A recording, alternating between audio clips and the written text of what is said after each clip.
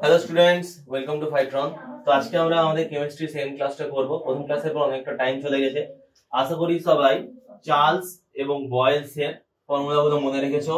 যারা প্রথম ক্লাসটা করেনি তারা গিয়ে নিচে ডেসক্রিপশনে গিয়ে ফার্স্ট ক্লাসটা দেখে নাও।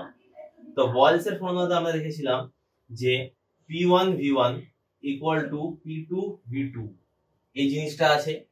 চার্লস এর ফর্মুলাতে আমরা দেখেছিলাম V1 T2 equal to V2 T1 এটা আছে। এবার এটাকে তোমরা যেভাবে ইচ্ছা লিখে নিতে পারো। এই চারটা জিনিসের মধ্যে যে কোনো একটা চাইবে, বাকি তিনটা দেওয়া থাকবে কোনো না কোনো ভাবে, আর আমাদেরকে এটার উত্তর করতে হবে। এটা সম্পূর্ণভাবে একটা লিনিয়ার ইকুয়েশন বা অ্যাকচুয়াল বিশিষ্ট সমীকরণ। যদি অ্যাকচুয়াল বিশিষ্ট সমীকরণ না বুঝতে পেরে থাকো, রুদ্র স্যারকে বলবা, অঙ্ক ক্লাসে তিনি বুঝিয়ে দিবেন। তো আজকে আমাদের প্রথম টপিক হবে কেলভিন স্কেল। আমরা কি করে মাপ করব, কেলভিন স্কেল কি। তো উষ্ণতা পরিমাপ করার জন্য আমাদের কাছে কিছু কিছু ইউনিট আছে। ইউনিট কি? দূরত্ব, লেন্থ, LENGTH, লেন্থ। লেন্থের ইউনিট হচ্ছে কি মিটার, ফুট, ইঞ্চ, এগুলো। ঠিক একই ভাবে আমরা যখন দেখছি টেম্পারেচার, টেম্পারেচারের কি আছে? ডিগ্রি সেলসিয়াস, ডিগ্রি ফারেনহাইট আর কেলভিন। কেলভিনের উপর ডিগ্রি লিখবে না কেউ দয়া করে। তো কেলভিন স্কেল কিভাবে ভাবি আমরা? কেলভিন স্কেল হচ্ছে সেলসিয়াস স্কেলেরই একটা ছোট রূপ। শুধুমাত্র কেলভিন স্কেলের মধ্যে আমরা এটা দেখতে পাবো যে কেলভিন স্কেল কখনো জিরো হবে না, মানে জিরো থেকে নিচে যাবে না, জিরো হবে কিন্তু কখনো কেলভিন স্কেল একটা নেগেটিভ ভ্যালু দিবে না। এবার সেলসিয়াস স্কেলের 273 নেগেটিভ মানে হচ্ছে 0 কেলভিন।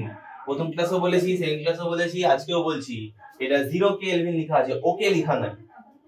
এবার এখানে যদি আমি আস্তে আস্তে 1 ডিগ্রি বাড়াতে থাকি, তাহলে এখানেও 1 ডিগ্রি বাড়তে থাকবে, ডিগ্রি না 1 কেলভিন বাড়তে থাকবে। যদি আমি 0 ডিগ্রি সেলসিয়াস মাপি, যেটাতে জল জমে সম্পূর্ণভাবে বরফ হয়ে গেল, ওই ক্ষেত্রে এখানে হবে 273 কেলভিন। হলো। এবার কেলভিন স্কেলে কিন্তু তোমরা কোনো নেগেটিভ ভ্যালু বের করবা না। যখন চার্লসের ফর্মুলাতে তোমরা তোমাদের উত্তর বসাবা, মাপ বসাবা, চেষ্টা করবা সবসময় কেলভিন স্কেলটা করা। যদি কেলভিন স্কেলে প্রমাণ না করতে পারো তাহলে অঙ্ক ছেড়ে দেওয়া, তাহলে তোমাদের কিন্তু নিশ্চিন্ত ভুল হয়ে যাবে। এরপর আসছে হচ্ছে আমাদের কেলভিন স্কেল আমরা কোথায় কোথায় ব্যবহার করব। কেমিক্যাল রিলেটেড যতগুলো ইকুয়েশন হবে আমরা চেষ্টা করব কোনটায় কেলভিন স্কেল ব্যবহার করার। তার কারণ আছে, সেটা আমরা এই গ্রাফটা যখন করব তখন বুঝতে পারবো।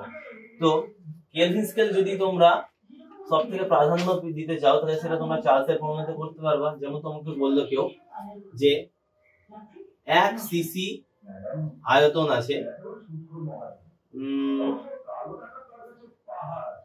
20 ডিগ্রি সেলসিয়াস, 3 সিসি হবে কত টেম্পারেচারে। এবার তোমরা বলবে এটা 1 থেকে 3 আছে, এটা 20 থেকে 60 হবে। ঠিক না, ভুল, ফালতু। এভাবে করে কিন্তু হবে না। এটা হচ্ছে আমাদের V1, এটা হচ্ছে আমাদের V2, এটা হচ্ছে আমাদের T1, আমাদেরকে T2 বের করতে হবে। এবার T1 ইকুয়াল টু আমরা লিখব 20 ডিগ্রি সেলসিয়াস, 20 ডিগ্রি সেলসিয়াস।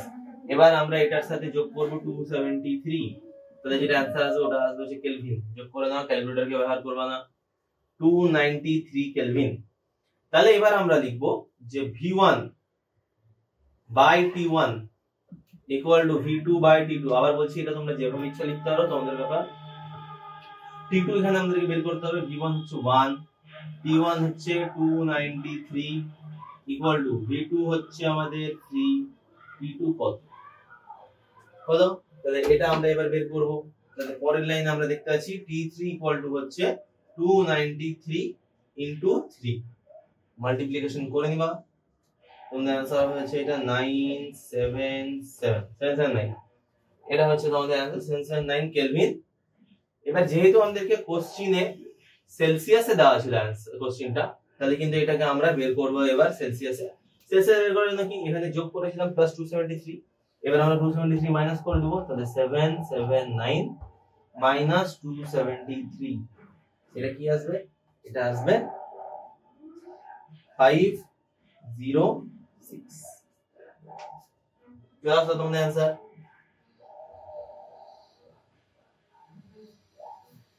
এই তীব্র গরমের মধ্যে আমরা যে তোমাদেরকে পড়াচ্ছি, দয়া করে পড়াগুলো মন দিয়ে করবা, খাতায় তুলবা, প্রশ্ন থাকলে নিচে জিজ্ঞাসা করবা, অন্যান্য স্যারদের ক্লাসগুলো ভালো মতো করবা। আমাকে অনেকে বলেছিল তাপের চ্যাপ্টারটা করতে, দেখো এত গভীর তাপের মধ্যেও আমরা প্রত্যেকটা চ্যাপ্টার করাচ্ছি।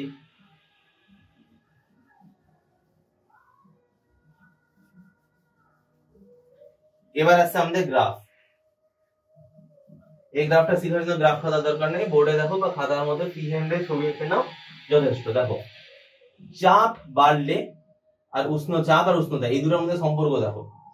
যখন চাপ বাড়ছে, এটা আমি ফার্স্ট ক্লাসও করেছিলাম আর ফিজিক্সের ফার্স্ট ক্লাসও এটা করেছিলাম, চাপ যদি বাড়ে তাহলে তার সাথে আয়তন কমবে, আয়তন কমলে উষ্ণতাও কমবে।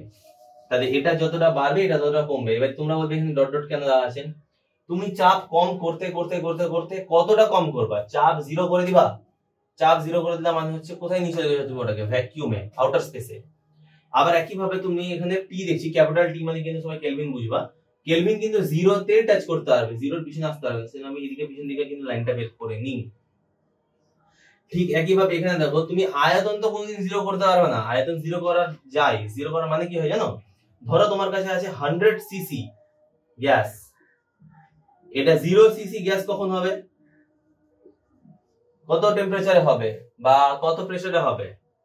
সবার জন্য যে কোনো একটাতে হতে পারে, কিন্তু আমরা সাধারণভাবে জানি যে কেলভিন স্কেলে যদি -1 চলে গেল বা -274 ডিগ্রি সেলসিয়াস মানে -1 কেলভিন চলে গেল, তাহলে কিন্তু এই গ্যাসটা গ্যাস থাকবে না, এই গ্যাসটা কিন্তু কনভার্ট হয়ে চলে আসবে হচ্ছে লিকুইডে, মানে গ্যাসের আয়তন নাই, সম্পূর্ণ লিকুইড চলে আসবে। তাহলে আমরা বলতে পারবো যে হ্যাঁ, আয়তন শূন্যে পরিণত হয়েছে।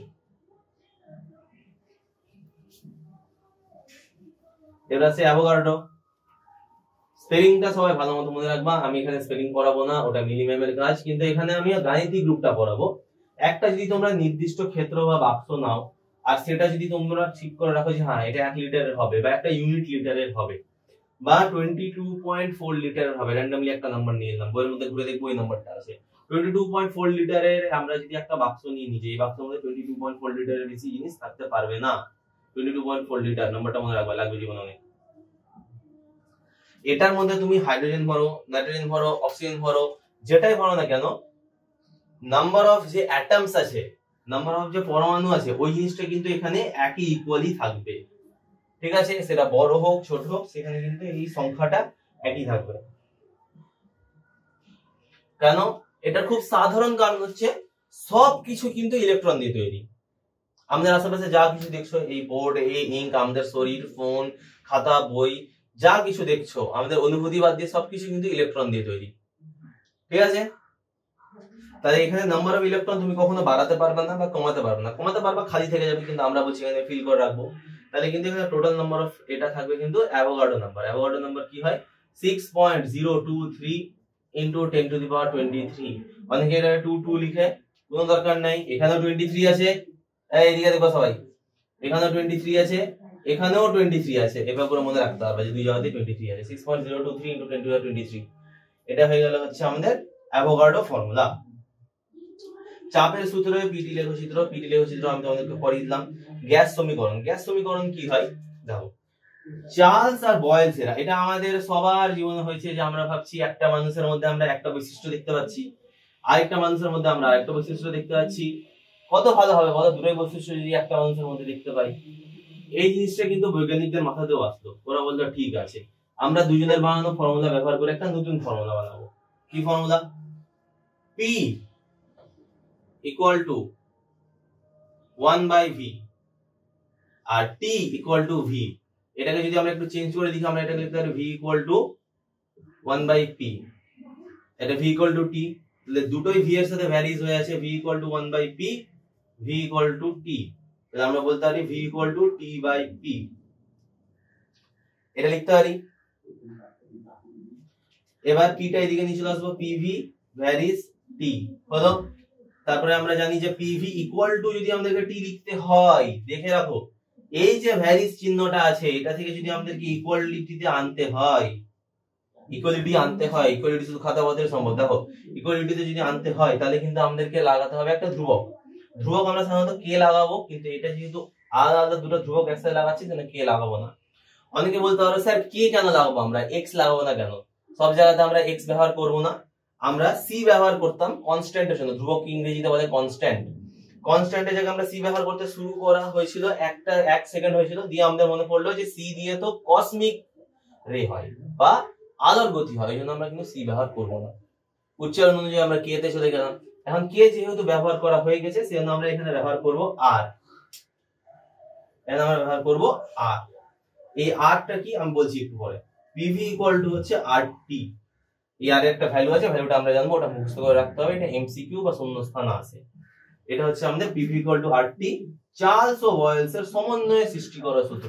এরপর আমরা বলবো চার্লস, বয়েলস, অ্যাভোগাড্রো তিনটা সমন্বয়ে বের করা সূত্র। দেখো সূত্র তোমরা এই জন্য পড়ছো যেন আলাদা আলাদা জিনিসের সমাধান তোমরা একবারে করে দিতে পারো, তাই না? 10টা সূত্র পড়া থেকে ভালো একটা বড় সূত্র মনে রাখো, হয়ে গেল।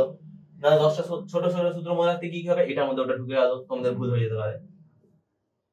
এটা হয়ে গেল হচ্ছে আমাদের পিভি ইকুয়াল টু আরটি বা গ্যাসের সমন্বয় সূত্র বা চার্লস ও বয়েলস এর সমন্বয় সূত্র। এটা যে নিউমেরিক্যাল আছে, আমি আজকে নিউমেরিক্যাল তোমাদেরকে করাবো না, আমি এর পরের দিন তোমাদেরকে বাকি যা যা নিউমেরিক্যাল আছে, লাস্ট দিন আমি তোমাদেরকে চার্লস এর নিউমেরিক্যাল সব করে দিয়েছিলাম, বয়েলস এর সব নিউমেরিক্যাল করে দিয়েছিলাম। কারো কোনো কোশ্চেন থাকলে জিজ্ঞাসা করবে ওগুলো নিয়ে, যে কোনো সময় জিজ্ঞাসা করতে পারো। স্যার পরের চ্যাপ্টারে চলে গেছেন, স্যার অন্য টপিক পড়াচ্ছেন, স্যারের ভিডিও আসছে না, এগুলো ভেবে কিন্তু ভাববা না যে স্যার উত্তর দিবেন না। আমরা প্রত্যেকটা কমেন্টে নিজে থেকে উত্তর দিই, কোনো এআই বসে নাই। তো পরবর্তী টপিক হচ্ছে আমাদের আদর্শ গ্যাস। আদর্শ গ্যাস কি হয়? আদর্শ গ্যাস হচ্ছে পারফেক্ট ছাত্রের মতন, যেটা কেউ হতে পারে না।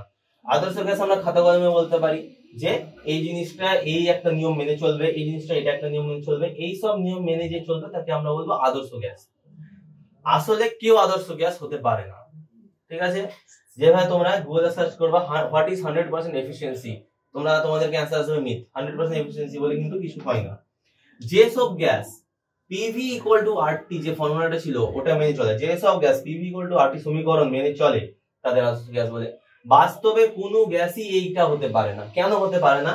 এখানে প্রেসার একটা ফ্যাক্টর আছে, তুমি স্পেসে নিয়ে চলে যাও তাহলে এটা জিরো হয়ে যাবে, pressure zero, pressure into volume গোটাটা জিরো, তাহলে কি হচ্ছে ধ্রুবকটাও জিরো, টেম্পারেচারও জিরো, সবকিছু জিরো হয়ে যাচ্ছে। তাহলে এখানে আমরা একটা স্টার লাগিয়ে দিলাম যে হ্যাঁ এই একটা কন্ডিশন হলে হবে না। ভলিউম, ঠিক আছে, আমি ভলিউমের কথাতে পরে আসবো। আর আটটা প্রত্যেকটা এলিমেন্টের জন্য আলাদা আলাদা হওয়া উচিত, কিন্তু আমরা দেখতে পাচ্ছি একই হচ্ছে, হ্যাঁ একই হচ্ছে। তাহলে এখানে আমাদের একটা দ্বিতীয় আমাদের এখানে চলে আসলো স্টার, যে হ্যাঁ এটাও ঠিক আছে। থার্ড হয়ে গেল টেম্পারেচার। টেম্পারেচার কেন দেখো আমি ক্যাপিটাল ডি দিয়েছি, ক্যাপিটাল টি মানে কি? কেলভিন। কেলভিন কখনো নেগেটিভ হতে পারে না, কেলভিন কখন নেগেটিভ হবে না। কিন্তু আমাদের এখানে যদি আমি negative 1 kelvin minus 274 degree Celsius বসিয়ে দিই তাহলে কি হবে? আস্তে আস্তে ভলিউমটা কিন্তু কমতে শুরু হবে। অবশ্যই টেম্পারেচার কমাচ্ছে ভলিউম কমবে, কিন্তু গ্যাস যে ভলিউমটা আছে, গ্যাস ভলিউমটা ওটা কিন্তু ডিসঅ্যাপিয়ার হতে শুরু হবে, আর ওটা কিন্তু কোনোভাবে ঠিক জিনিস হবে না। কারণ আমাদের লিকুইডে চলে গেল, আমাদের চ্যাপ্টারের নাম হচ্ছে গ্যাসের আচরণ, লিকুইডের আচরণ নাই। সেজন্য আমরা পড়ি কি আদর্শ গ্যাস বলে কিছু নাই, বাস্তব গ্যাস আছে। দেখবা বইয়ে প্রথমে বোল্ডে লেখা আছে যেসব gas PV equal to RT সমীকরণ মেনে চলে তাদের আদর্শ গ্যাস বলে। হলো, কেউ মেনে চলে না। বাস্তবে কোনো গ্যাসই বয়েলস ও চার্লসের সূত্র মেনে চলতে পারে না, এরকম গ্যাসকে বলে বাস্তব gas.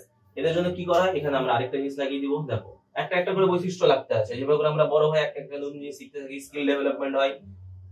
PV equal two nRT, সব ক্যাপিটাল, এনটা শুধু ছোট, ঠিক আছে? PV equal two nRT. স্থির চাপে উক্ত সমীকরণে ভি ভ্যারিজ টি, কিন্তু গরম উষ্ণতায় টি যদি শূন্য হয়ে যায় ভিও ইকুয়াল টু 0 হবে। টি যদি 0 হয়ে যায় ভিও 0 হয়ে যাবে। টি তুমি কমাচ্ছ, কমাতে কমাতে কমাতে 0 চলে গেল, ভিও 0 হয়ে যাবে, কারণ 0 কেলভিন, টি 0 মানে কিন্তু কেলভিন 0, হ্যাঁ সেলসিয়াসে নাই আমরা এখন। তো টি 0 চলে গেল মানে ভিও 0 চলে গেল, ভি 0 চলে গেল মানে বোথ সাইড 0 হয়ে গেল। তাহলে কি এটা হয়ে যাবে? এটা হয়ে যাবে অভেদ। অভেদ কি হয়? ফের চ্যাপ্টার পড়ার সময় রুদ্রের সাথে তোমরা আস করতে পারো বা নিচে কোশ্চেন করে নিতে পারো, রুদ্রের সাথে তোমাদেরকে কমেন্টে এসে বুঝিয়ে দিয়ে চলে যাবে। তো পিভি ইকুয়াল টু এনআরটি, এটা হবে এন দিয়ে কি বোঝায়? এন দিয়ে বোঝাবে হচ্ছে যে এটা যে অবজেক্টটার জন্য আমরা ব্যবহার করছি ওটার উপর নন গ্র্যাভিটেশনাল কি কি চাপ পড়ছে। যেমন এন এর সাধারণ মান হচ্ছে W by M, weight by mass, ঠিক আছে? ওয়েট WEIGHT, WAIT না।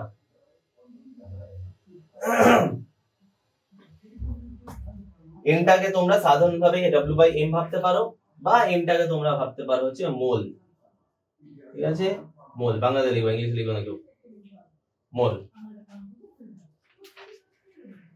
অ্যাভোগাড্রো প্রকল্প পড়ে দিলাম, আবার শুনে নাও। নির্দিষ্ট চাপে ও উষ্ণতায় 1 মোল গ্রাম অণু গ্যাসীয় পদার্থের আয়তনকে বলে মোলার আয়তন। মোলার আয়তন কি? V/N বা গ্রাম আণবিক আয়তন। নির্দিষ্ট চাপে ও উষ্ণতায়, মানে উষ্ণতা আর চাপ এই দুটো আমি সেম করে দিই। উষ্ণতাও সেম আর চাপও সেম। এই P চেঞ্জ হবে না, T চেঞ্জ হবে না। বাজেরা ধ্রুবক, যেমন চার্লসের সূত্রে কে ধ্রুবক ছিল? কে বলতে পারবা চার্লসের সূত্রে কে ধ্রুবক ছিল? চার্লসের সূত্রে ধ্রুবক ছিল হচ্ছে চাপ। আবার বয়েসের সূত্রে কে ধ্রুবক ছিল? উষ্ণতা। এখানে কি বলছি? এরা দুই নেই, হলো, কারণ সমান নয়। 1 গ্রাম অণু গ্যাসীয় পদার্থের আয়তনকে বলে হচ্ছে মোলার আয়তন। এরপর আছে অ্যাভোগাড্রো প্রকল্প। অ্যাভোগাড্রো প্রকল্পের মধ্যে কি? একই তাপমাত্রা ও একই চাপে সম আয়তন সকল গ্যাসেই সমান সংখ্যক অণু বর্তমান থাকে। এখন আমি বক্স করে বুঝালাম। একই উষ্ণতা বা একই তাপমাত্রা, তাপমাত্রা বলো উষ্ণতা বলো সেটা তোমাদের ইচ্ছা, চেষ্টা করবে তাপমাত্রা দেখার। একই তাপমাত্রা এবং একই চাপে সমান আয়তনের সকল গ্যাসে একই পরিমাণ অণু থাকবে। মানে যদি আমি 30 ডিগ্রি সেলসিয়াস উষ্ণতায় আর 1 অ্যাটমসফিয়ারিক প্রেসার, এটিএম না কিন্তু এটা, অ্যাটমসফিয়ারিক প্রেসার, এটা ওটা আর এটিএম না কিন্তু এটা, এই দুটার মধ্যে যদি আমি 1 লিটার অক্সিজেন নিই, ওটাতে যতটি অ্যাটম থাকবে, 1 লিটার CO2 নিলেও কিন্তু ওটাতে অতটি অ্যাটম থাকবে। এটা বলেছে আমাদেরকে অ্যাভোগাড্রো। অ্যাভোগাড্রো কাকুর এই কথাটা শেখার পর আমরা পরবর্তী যেটাতে যাচ্ছি, সেটা হচ্ছে শুষ্ক বায়ু অপেক্ষা আর্দ্র বায়ু লঘু হওয়ার ব্যাখ্যা। এটা সবাই নিজেরা পড়বা। এখান থেকে গত 25 বছরে কোনো প্রশ্ন আসেনি, আর আগামী 25 বছরেও আসবে না। কিন্তু এই জায়গাটা তোমাদের লাগবে হচ্ছে ক্লাস 11-এ। আমি যখন তোমাদেরকে 11-এ কেমিস্ট্রি করাবো তখন এই জায়গাটা আরো বিশদে বুঝাবো। আদর্শ গ্যাসের সমীকরণ। আদর্শ গ্যাসের সমীকরণ হচ্ছে এই যে এটা লিখবা সবসময়, PV = nRT। এখানটায় nRT, এই nটার মানে হচ্ছে W/M। আমি তোমাদেরকে এখনই বললাম W কি M কি প্রত্যেকটা লিখে রাখবা।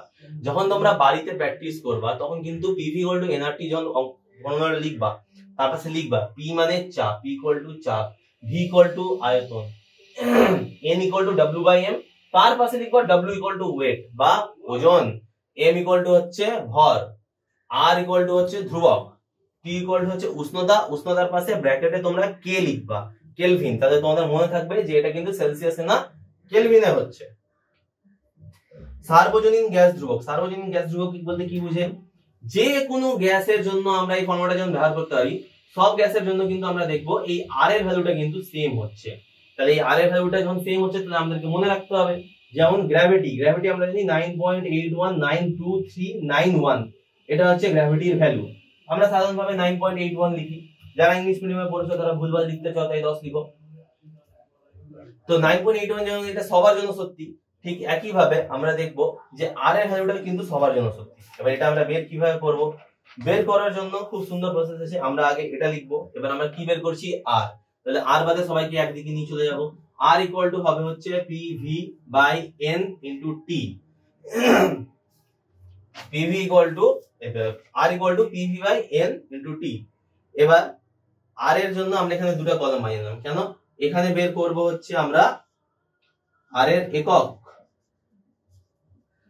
আর এখানে বের করব হচ্ছে ওর মাত্রা। দুটো জিনিস একসাথে বের হবে, দুটো সাইড বাই সাইড দেখো, দুটো একসাথে বের হবে। ইকুয়াল টু আর একদিকে থেকে গেল, ওটা ইকুয়াল টু তে আমরা লিখছি। এবার বলো P প্রেসার। প্রেসারের মাত্রা কি? প্রেসার ইনটু আয়তন। একটা সার্টেন আয়তনের উপর একটা প্রেসার কাজ করছে, এটাকে কি বলে? গুড, এটাকে বলে কার্য। এটাকে বলে কার্য। একটা নির্দিষ্ট আয়তনের উপর একটা নির্দিষ্ট চাপ কাজ করছে, এটা হচ্ছে কার্য। নিচে কি হবে? N মানে হচ্ছে মোল বললাম, তাহলে ওখানে আমরা নির্দিষ্ট ভাবে মোল লিখে দেব। MOL ও লিখতে পারো, ময়োগল ও লিখতে পারো, মোল ইনটু কেলভিন K লিখে দিলাম। এবার এখান থেকে কি লিখবা পরের লাইনে? কার্যের জন্য কি হবে? ML² T⁻²। ঠিক আছে, ML² T⁻²। কেন? কারণ এটা কিন্তু একটা ভেক্টরের জিনিস চলে গেল। নিচে কি হবে? মোল ইনটু কেলভিন, এটাই থেকে যাবে। মোল ইনটু উষ্ণতা, এটাই থেকে গেল মোল কে। এটা হলো, তাহলে এটার একক কি হবে, লিটার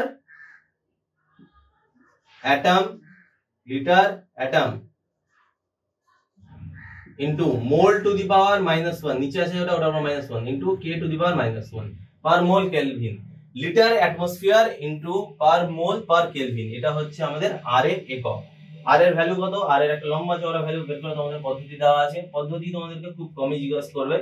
আর এর ভ্যালু তোমরা জানতে পারবা হচ্ছে 8.314 জুল। ফান ফ্যাক্ট, দশমিকের পরের ভ্যালুগুলো যেগুলো আছে ওটা তোমাদের পায়েরও ভ্যালু 3.314159832 এভাবে করে তোমাদের পায়ের ভ্যালু চলতে থাকবে। তো সাধারণভাবে আমরা যে জিনিসটা নিই সেটা হচ্ছে 3.14।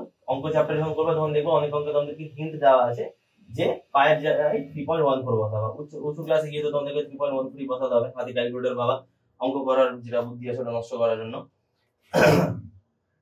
তো এটা হয়ে গেল হচ্ছে আমাদের ধ্রুবকের মান। তাহলে এখানে মান বেরিয়ে গেল, এখানে একক বেরিয়ে গেল, এখানে মাত্রা বেরিয়ে গেল। তা তোমাকে ধ্রুবক সম্পর্কে যদি বলে যে যা জানা লিখো 3 মার্কসের জন্য, আমরা এখান থেকে শুরু করব, এই যে এই জায়গাটা থেকে দিয়ে এটা লিখবো, দিয়ে ওখান থেকে আগে মাত্রা লিখবো, মাত্রার মাধ্যমে আমরা একক লিখবো, আর লাস্টে আমরা লিখবো যে আর এর সাধারণ মান হচ্ছে এটা, এই সাইডটাতে লিখবো। যদি তোমাদেরকে আলাদা করে চাই যে তুমি দুটোতেই লিখো তা ব্যাপার, যদি না চাই শুধু এই সাইডটা লিখবা, কারণ এই সাইডটা হচ্ছে স্ট্যান্ডার্ড ইউনিট, আমরা আমেরিকাতে থাকি না, তো আমরা সিজিএস পদ্ধতিটা কিন্তু অতটা ব্যবহার করব না।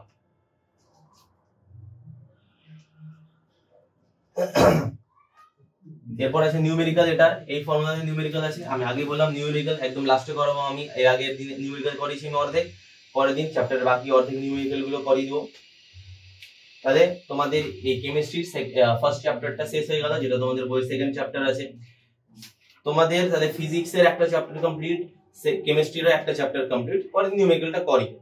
ফিজিক্সের অলরেডি আমি হিট চ্যাপ্টার স্টার্ট করে দিয়েছি, তোমাদের ফার্স্ট ভিডিও চলে আসতে হবে ফিজিক্সের। কেমিস্ট্রির ফার্স্ট ভিডিওর পর এই ভিডিওটা আসতে অনেক টাইম লেগে গেল, কিন্তু এরপরে চ্যাপ্টারটা খুব ছোট আছে, তোমরা দেখেছো রাসায়নিক গণনা, কিন্তু অনেক কিছু জানার আছে ওটাতে। আর যারা এর পরবর্তীকালে গিয়ে সায়েন্স নিতে চাইছো, সায়েন্স নিয়ে কেমিস্ট্রি নেওয়া বাধ্যতামূলক, তোমাদের জন্য কিন্তু ওই চ্যাপ্টারটা খুবই ইম্পর্টেন্ট। তাই পরের দিন রাসায়নিক গণনার যেটা ক্লাস আছে ওটা নিয়ে আমি আবার চলে আসবো। আপাতত এই ফর্মুলাটা মনে রাখবা, এটা মনে রাখবা, আর যা যা পড়ালাম চার্ট গুলো ওগুলো ফ্রি হ্যান্ডে করার চেষ্টা করবা, ঠিক আছে? আজকের জন্য এতটাই। আর এরপরে আমার ফিজিক্স ক্লাসে আমি তাপের যেটা চ্যাপ্টার আছে ফার্স্ট পার্ট করে দিয়েছি, সেকেন্ড পার্টে আমি তোমাদেরকে দৈনন্দিন জীবনে তাপ কিভাবে আমরা ব্যবহার করি এটা পড়াবো। তো আজকের জন্য এতটাই, জয় হিন্দ, গুড বাই।